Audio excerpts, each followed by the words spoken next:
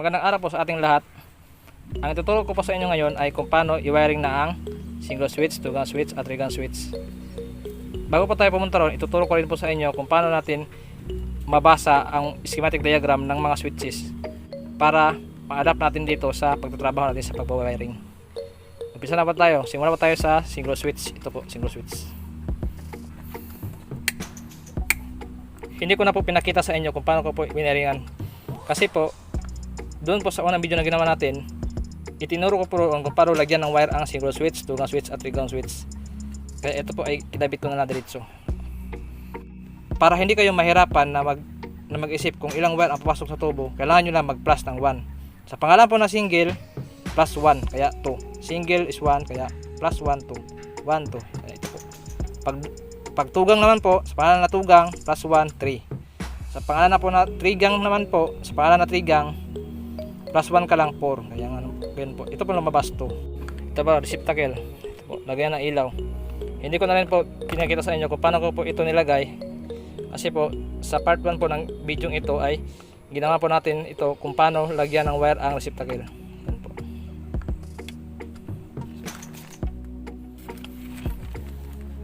Ito po yung schematic diagram ng single switch. Sa mga nag-aaral po ng TISDA, ito po kadalasan yung may encounter nyo doon sa pag-aaral nyo ng electrical. Ito po, may nakikita pa tayong line 1 tsaka line 2. L1, L2, line 1 tsaka line 2 po yan. At ito po na symbol na to ay switch. Is 1 po kasi po single switch. Pag is 2 naman, 2-gang switch. Pag is 3 naman, 3-gang switch. Yan po siya. Ito ang symbol niya. Is 1. Ito po yung symbol ng switch. Is 1. Ito na po symbol ng ilaw.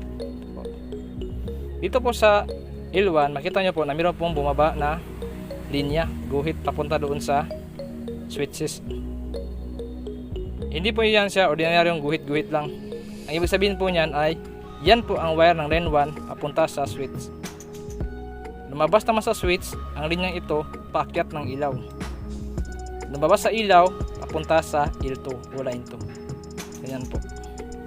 Dito naman tayo sa actual. Sabi po sa schematic diagram ng single switch, ang L1 na po ay bababa sa switch. Ito po L1. Ito po siya. Nilagyan ko po ito ng marka. Ibig sabihin po, yung wire na bumaba sa switch na line 1 ay hotline. Di ba po, sinabi ko po sa unang video ko na yung hotline nyo ay ibaba nyo sa switch at hindi po sa ilaw. Ayan po. Ibig sabihin lang po doon, bumaba sa switch. Ibig sabihin doon, hotline po yun. Doon naman po tayo sa pangalawa. Ang sabi po doon sa schematic diagram, ang lumabas po na return doon sa switch ay aakyat papunta sa ilaw. Kaya ito po. Ito po ang galing sa switch. Return po ang tawag ito. Return. Paakyat po to sa ilaw. Ang wire po na paakyat sa ilaw, kaya switch ay return po ang tawag po. Yan na po siya. Yan na po. Sa pangatlo naman po, ang sabi din po doon sa schematic diagram ng single switch, na ang wire na lumabas doon sa receptacle ay papunta sa line 2. Ito po. Ito po ang wire na isa na palabas sa receptacle. Ground po to o neutral. Ikakabit po natin dito sa supply ng line 2. Yan na po yung maging itsura nya. Balikan pa natin ha. Ang line 1 po o hotline ay bumagsak papunta sa switches. Tapos ang switches naman nagpalabas ng return papunta sa ilaw. Ang ilaw naman naglabas ng wire papunta sa line 2 o supply po. Line 2. Ganyan na po isa. Ganyan na po. Sa susunod po ay i-express na po natin ito at titistingin po kung iila ba yung single switch na winaring na po natin. Yan po. Ito po, nakita natin po, nakabalat na po siya. Doon po sa schematic diagram ng single switch. Ang line 1 po ay bumaba sa switch. Ito po siya. In-splice ko na po. Bumaba po siya sa switch. Ito po siya. Yan. Galing dun sa breaker, punta dito sa switch. Tapos naman po, yung isa naman po ay yung return po, yung galing po sa switch, return po ang tawag doon. Umakyat siya papunta sa ilaw. Ito pong isang ilaw. Ito pong isang wire ng ilaw. Papares po natin dito sa return ng switch. Yan po siya.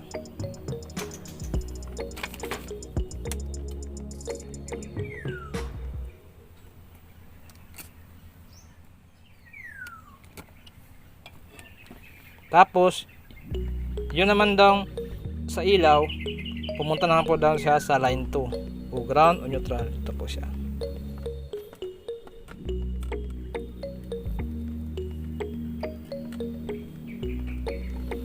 Ipilipit na po natin ito kasi tatanggalin din naman to.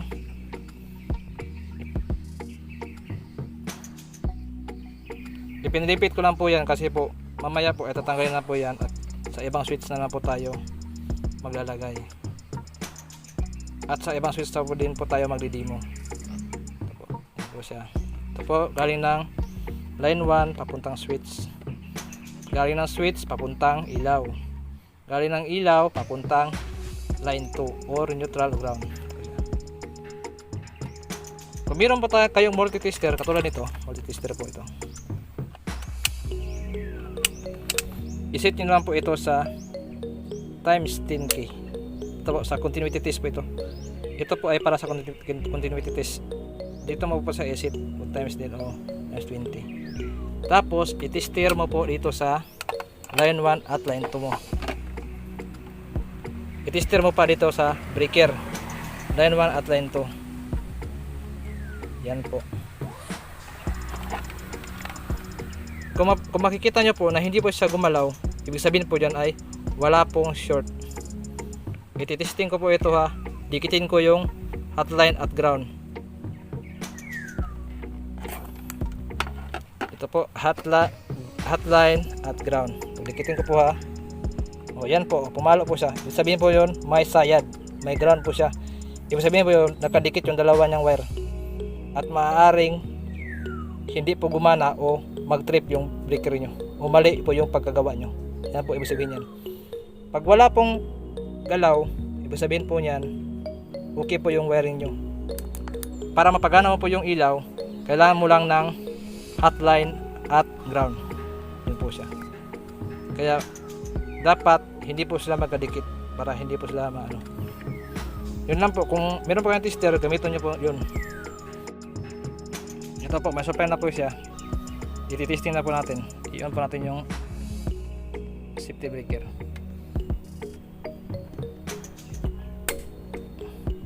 Yan po siya. I-switch po natin yung ilaw. Oh. Yan po, gumana po yun siya. Gumana po yung gawa po natin. Basta po, sundin po lang po natin yung schema. Sunod na po natin ang tugang switch. Ito po, tugang switch. Oh. Tugang switch po siya. Kontrolado niya pa yung dalawang ilaw. Yan po, dalawang ilaw. Ito po. Ang tugang switch po ay matatong wire. Sa pangalan po ng tugang, +1 ka lang. 3 wire niya po yan. Ito po ay hotline. Itong hawak ko po. May marka po ito. Tip. Ito. Tsaka may dalawa siyang return. Puntang ilaw. Kasi po tugang na siya. Dalawa dapat yung return niya. Kaya may tatlo yung wire niya. Ito siya. Basihan na po natin yung schematic diagram ng tugang. Ito po yung schematic diagram ng tugang. Galing mo sa line 1, pababa sa tugang switch. Nag-jumper po siya para magkaroon ng supply yung isang switch. Lumabas naman po dito sa return papuntang ilaw. Ilaw 1 paakyat sa line 2. Ito naman po, lumabas po ang return papunta sa ilaw number 2. Akyat papunta naman sa line 2. Ganun din po yung gagayahin natin. Ito po yung basihan natin kung paano tayo mag-wire ngayon ng tugang switch. Start pa tayo. Sabi po dun sa schematic diagram ng tugang switch, ang line 1 po ay bababa ng switch. Ito po yun. line 1. Kaya po ng single switch, ito po may marka po yung line 1 nya. Ibig sabihin pag bumaba sa switch, hotline po yun. Kaya ipares po din natin sa hotline ng switch. Yan po, kapares po sila. Pulupot lang din po natin katulad ng kanina. Yan. Tapos ito po yung return nya, dalawa. May marking po ako ito. Inipit ko lang po ito ng wire. Ito po. Ito. Yan. Yan po. Inipit ko lang po yan ng wire. Ibig sabihin po niyan, ito po yung unang switch. Ito po. At ito namang walang ipit. Ito po yung pangalawang switch. Para ma-identify natin dito kung saan switch siya mag-iilaw. Kung dito ba o dito. Dito po yung number 1, dito po yung number 2. Sabi po sa schematic diagram ng tugang switch, yung isang switch niya ay may return na paakyat sa ilaw number 1. Ang ilaw number 1 naman ay kukuha tayo ng isang wire at ipapares pa natin sila. Ano na po yun. Sa switch number 2 naman, meron pa tayong natira na isa. Ito po ang switch number 2. Doon po yung ilaw niya, kaya patawid tayo dito ng wire dalawa.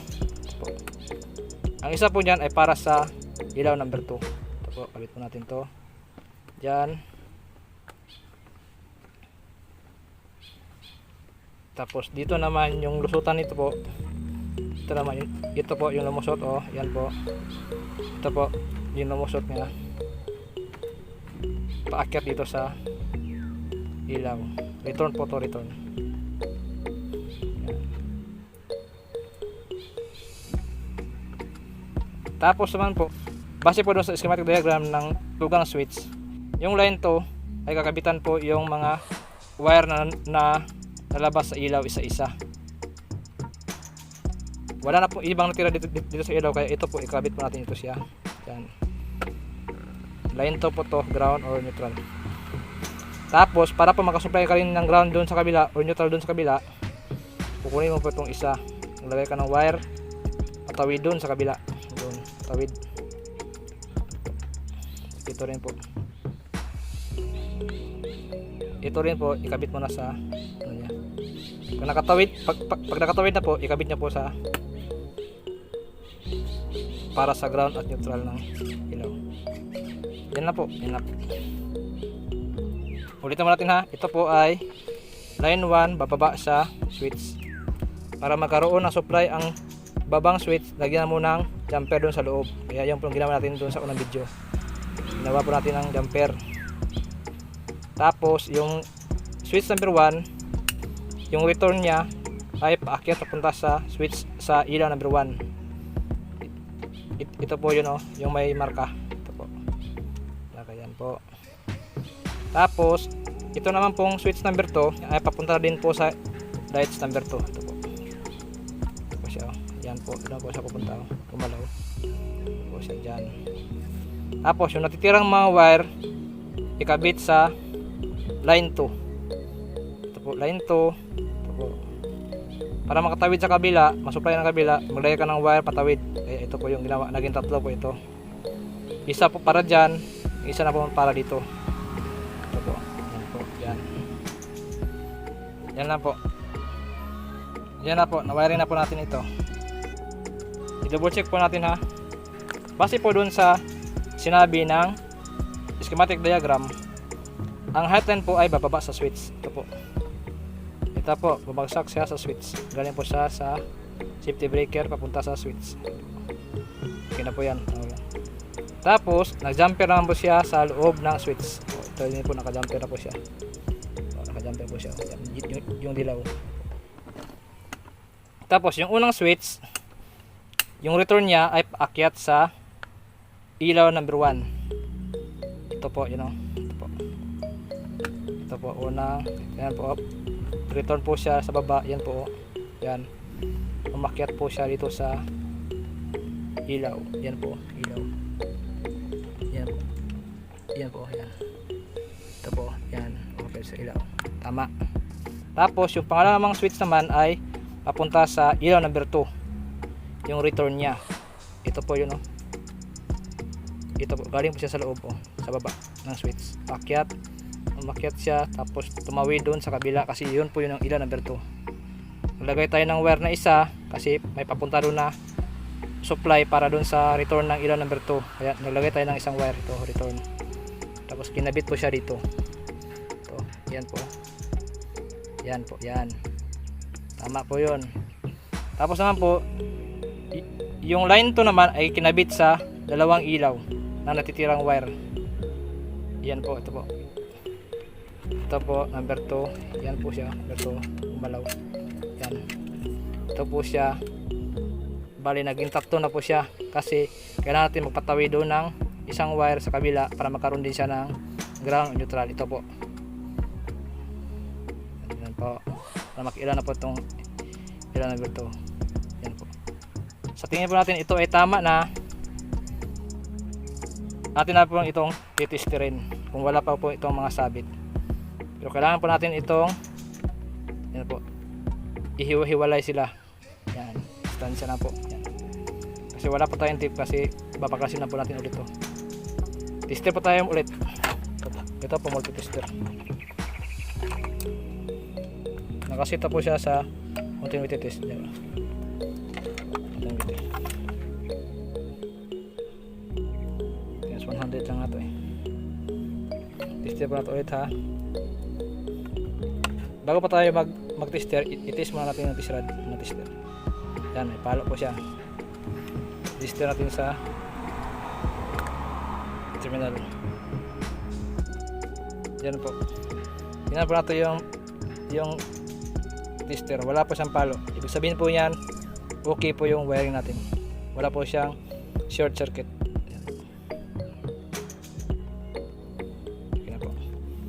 Tapos lagyan po natin ng mga ilaw, dalawang switch.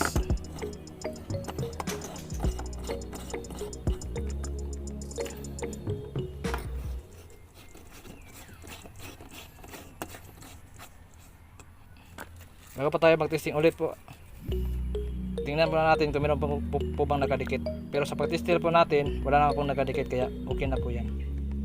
Yan, may hiwalay sila. Testing na po tayo. I-testing na po natin ha. Ito po, testing na po natin. Testing na po tayo. Tapos, switch po natin yung ilaw. Switch po natin. Ito po, ilaw number 1. O yan po, mila po ang ilaw number 1. Nakauna po siya. Tapos, patayan po natin. Yan po, yan po, patay na. Tapos ilaw number 2 naman tayo. Ilaw number 2. Yan po, mila po yung ilaw number 2. Tapos patayin po natin. Buhayan po natin yung dalawa. Ganun lang po siya. Nag-wiring. Susunod po ay 3-gang switch naman. Off muna natin po para for safety purposes. Para po hindi tayo makurente pag nagbabaklas tayo. Safety first po.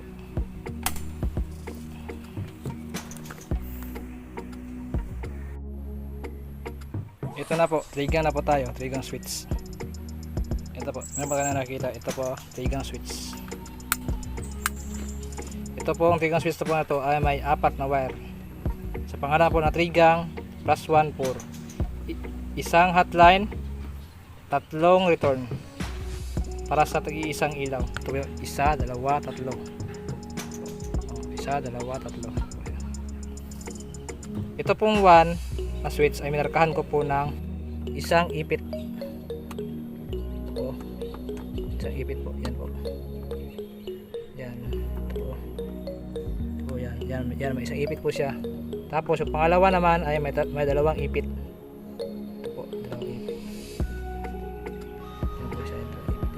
Yan po yung pangalawa niya. Yan. Ito naman pangatlo ay walang ipit po. Kung kayo po yung mag-wiring, kaya na po yung bahala kung anong gagawin nyo sa paglalagay ng marking para hindi po kayo magka iba-iba. Kung ito po ay para po talaga dyan na ilaw at hindi pwede mapunta ron, yan po siya. Simulan na po natin mag-wiring. Ito naman po ang diagram ng 3-gang switch. Ito po. Ayan po. Katulad din po nung single switch saka yung 2-gang switch. Ito po siya, yung niya bababa sa switch. Ito po. Ayan. Jumper, dalawang jumper para sa dalawang switch sa baba para makasupply po sila. Tapos tatlong return. Ito po yung return niya. Yung isang return number 1 para sa ilaw number 1. Yan, papunta sa line 2. Yung return naman sa switch number 2 is para sa ilaw number 2. Akyat, papunta naman dito sa line 2. Saka ito naman yung return naman po sa switch number 3 ay para po sa ilaw number 3. Akyat, papunta naman din dito sa line 2. Yan po siya. Yan po yung susunod natin na pagka-wire. Sabi po dun sa diagram ng 3-gang, yung line 1 daw ay bababa sa switch. Ito po siya. Outline, bababa sa outline ng switch. Puputun po natin. Ito po, pulupot muna natin. Alog na lang po natin diretso. Ito po siya. Ipilipit na lang po ha. Pilipit lang po ng kunti.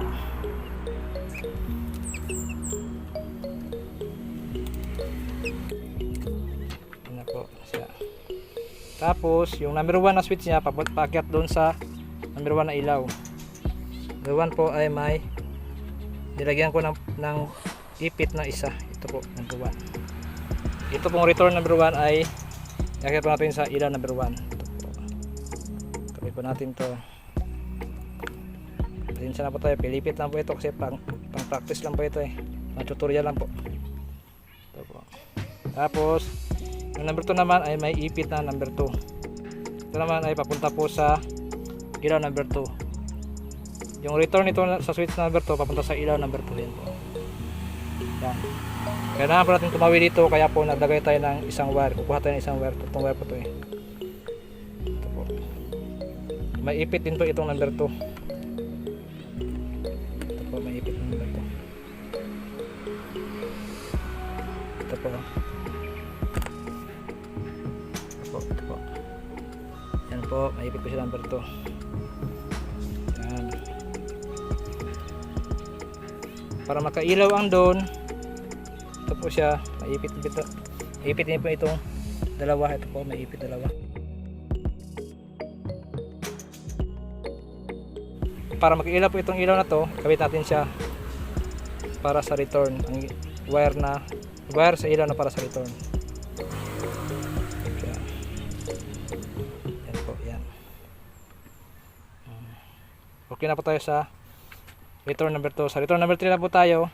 Ito na lang po yung nagtira sa, para na po to sa switch number 3. Ito po yung return number 3 para po sa ilaw na number 3. Yan po.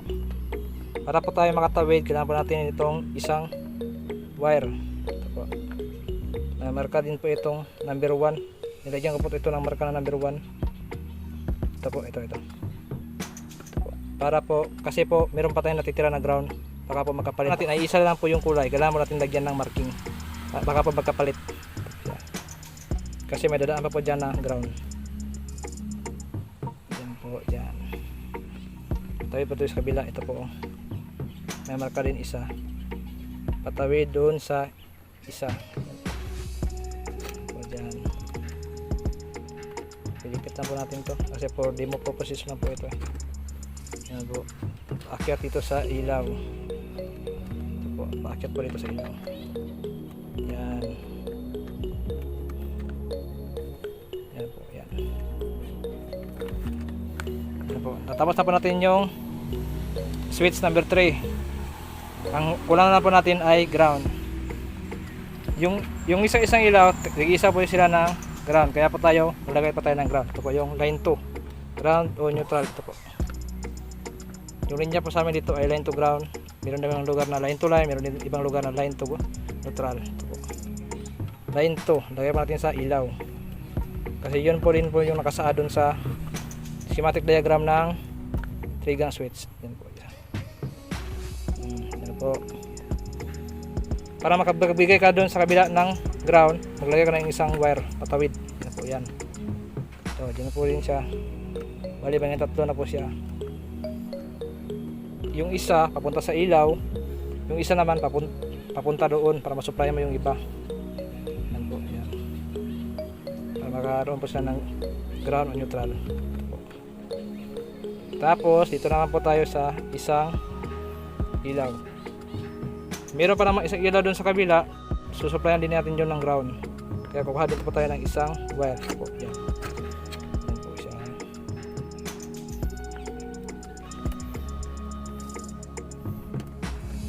Yan po. Tapos pupunta po dito sa kabila. Yan po. Sabit po natin dito sa kabit sa ilaw. Yan na po siya, yan. Okay na po, tapos na po. I-double check po natin ulit bago po natin ito test. Para po sigurado po tayo sa ating trabaho. Ito po siya. Galing po sa supply hotline papunta sa switch baba. Yan po, bumaba po siya. Ito po. Tapos jumper ng dalawa. Yan po, may dalawa po jumper. Ito po. Ito po yan. Tapos labas naman ang return ng switch number 1. Ito po. Ito po. Ito po siya. Ito po yun. Ito po. Yan po siya. Paakyat sa ilaw. Okay, yan po. Umakyat po siya. Yan. Okay na. Tapos dito naman sa number 2, yung return number 2, labas naman doon sa pangalawang ilaw. Ito po yun. Yung may marka na number 2. Ito po siya. Yan. Ito po. Ito po siya. Yan. Ito po siya. Tapos itong number 3 naman po, labas dun sa pangatlong ilaw. Ito po. Ang return number 3. May marka po itong number 1. Ito po. Ito. Tawid dun sa kabila. Yan po, gumalaw. Tapos ito naman po, patawid dun sa kabila. Paakyat dun sa ilaw. Okay na po tayo. Dito na po tayo sa line 2. Galing po ng circuit breaker punta sa ilaw number 1. Yan po. Yan po. Yan. Ito po siya. Tapos papunta doon sa ilaw number 2. Yan po. Yan. Yan po, gumalaw. Papunta naman sa ilaw number 3. Yan po. Okay na po yan. Yan. Hiwalay lang po natin para hindi po sila magkadikit. Pero titistirin po natin yan. Tapos tistirin po natin ulit kung meron po yung short circuit.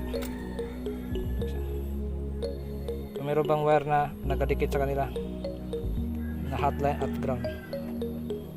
Ito po muli yung tester. Nakasit na po yan.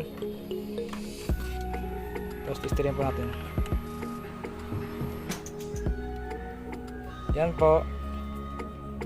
Yan po, wala po siyang ibig sabihin po niyan, wala pong nag-short sa mga wire natin. Yan.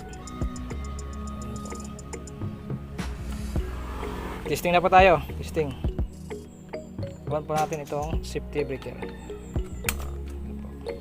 Naka-on na po siya, naka-on. On po natin ang ilaw number 1. Number 1. On. Ayan po, may ilaw po siya. Off na po natin yung ilaw number 1. Tapos i-on po natin yung ilaw number 2. Number 2 po. Number 2. Oh, yan po. Umila po yung ilaw number 2. Yan po. Ito. Tapos patayin namin natin yung ilaw number 2. I-on naman din natin yung ilaw number 3. Yan po. On po natin yung ilaw number 3. Yan po. Umila po yung ilaw number 3. Yan po, mila po yung ilaw number 3. Iwan po natin lahat. Yan po, mila po sila lahat. Ganyan lang po, pagbabayarin po ng 3 gang switch. Palagi lang pong tatandaan na pag sa switch ka, hotline lang po na andyan, hotline. Yung ground po ay nasa isang wire ng ilaw nila. Yan po, para wala po kayo magkamali. Pwede nyo, unahin nyo yung wiringan yung ground, tap nyo sa isang ilaw nya. Tapos yung hotline naman din, i-tap nyo dun sa switch. Tapos yung mga return, yun na yung isa-isahin mo para hindi ka talaga magkamali. At least po, yung pag-wiring mo ay naka-arrange po siya. Talagang wala kang mali kasi inuna mo yung maliliit eh. una ka muna sa ground, tap mo yun sa ilaw, tapos papunta naman sa hotline sa switch. Yan po, di ang problemahin mo na lang, return na lang, isa-isang return naman yan sila, di isa-isa na lang po yung anuhin mo, yun na lang po, para madali po siya at hindi ka po mag-isip na mayroong nag-short. Para sureball talaga po ay titesterin nyo bago kayo mag-testing, para at least malaman nyo kung mayroong nag-short sa wire nyo. Yan lang po. I-open po natin lahat, tapos open natin yung breaker para safety po tayo sa pagbaklas. Ang susunod naman po nating i-wiring po ay itong outlet. Ito po, outlet.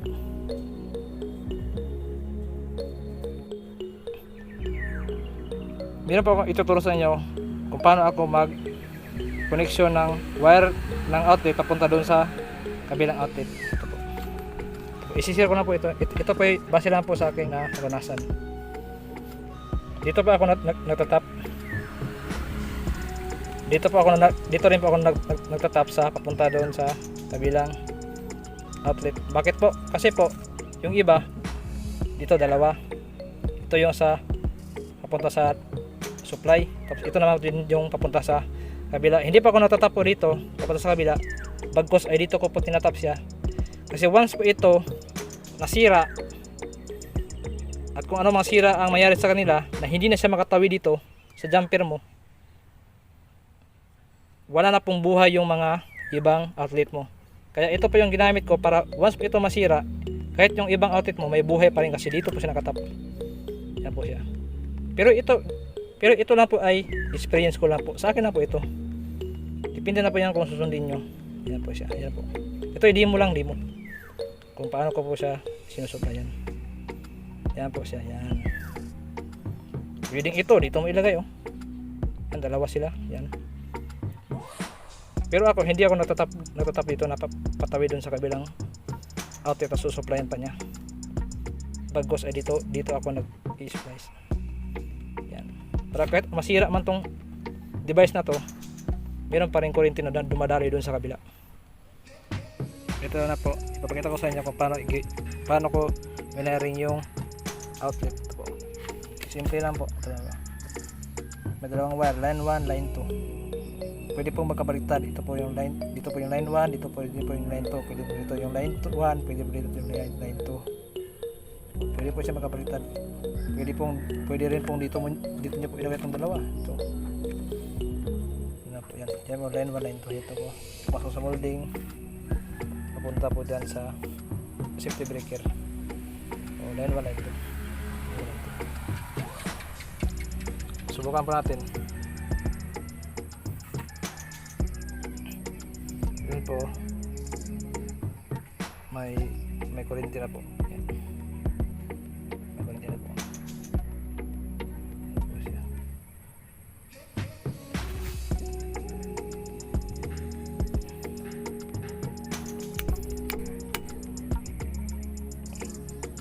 Maraming salamat po. Sana po ay nagustuhan nyo po yung video na ginawa po natin kung paano i-wiring yung single switch, 2-gun switch, 3-gun switch na may kasamang ilaw at 2-gang outlet. Yun lang po. Salamat. Sana po ay may natutunan po kayo at may nakuha kayo ng ideya dito sa paggawa po natin. Para po makatulong sa ating mga nag-aaral na disda o nababalak mag-aral o yung mga helper electrician po. Basta po, yun po sa mga baguhan lang po, sa mga nag-aaral, sa mga helper electrician po, lagay nyo na pong tatandaan na yung wire po na gagamitin natin sa lightings ay number 14 EWG American Wire Gauge o 2.0 mm² kapag THHA naman at TW yung ginamit nyo. Kapag PDX naman po ay number 14. Kapag sa outlet naman po ay number 12 EWG sa PDX wire at THHN wire at TW naman ay number 3.5.